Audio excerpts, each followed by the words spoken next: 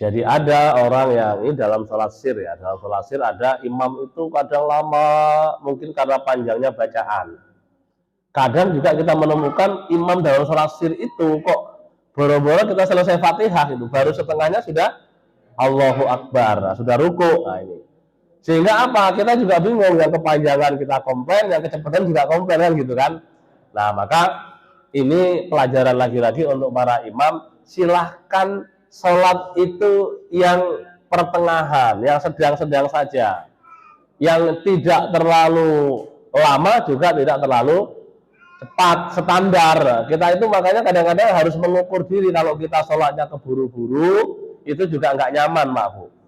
Nah, kita minimal kemudian kalau lah, karena kita kadang nggak tahu ya, nggak tahu imam kita seperti apa, kok ketemu imam yang tadi itu. Kalau ketemu imam yang lama masih untung, berarti untungnya apa? Bacaan kita selesai.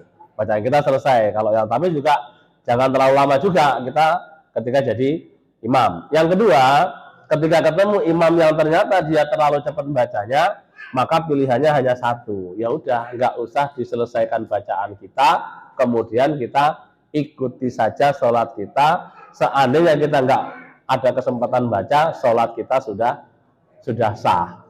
Jadi karena ketemunya kok qadarullah imamnya kayak gitu, ya udah, yang penting diikhlaskan ya. Saya juga sering ketemu itu di media itu, kadang saya mikir ini imamnya membaca Fatihahnya rampung apa enggak gitu kan.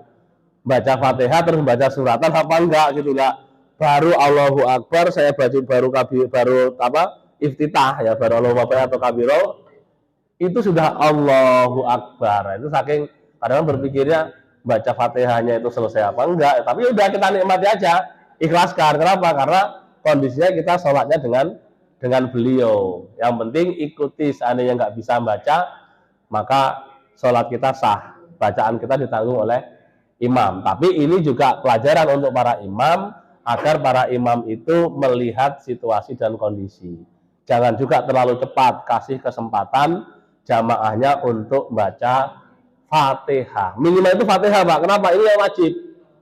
Jadi kalau Bapak Ibu jamaah, misalkan jamaah jahar ya, dikeraskan itu, kalau memungkinkan baca Fatihah, baca. Tapi kalau nggak memungkinkan, ya udah, ikuti saja bacaan imam. Nah, artinya ikut saja imam, bacaan kita sudah ditanggung oleh imam. Nah, makanya juga penting imam itu memberi jeda dikit ya.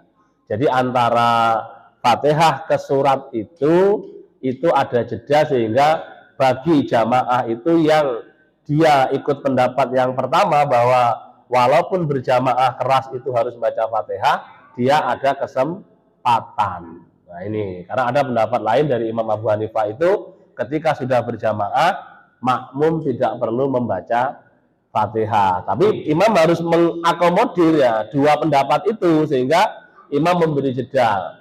Cuma kadang-kadang kalau jedanya kasih agak lama, dikira jamaah imamnya lali, lupa, sehingga ada yang bunyi subhanallah, padahal imamnya bukan lupa, tapi memberi kesempatan jamaah untuk membaca surah Al-Fatihah. Itu ya Pak ya.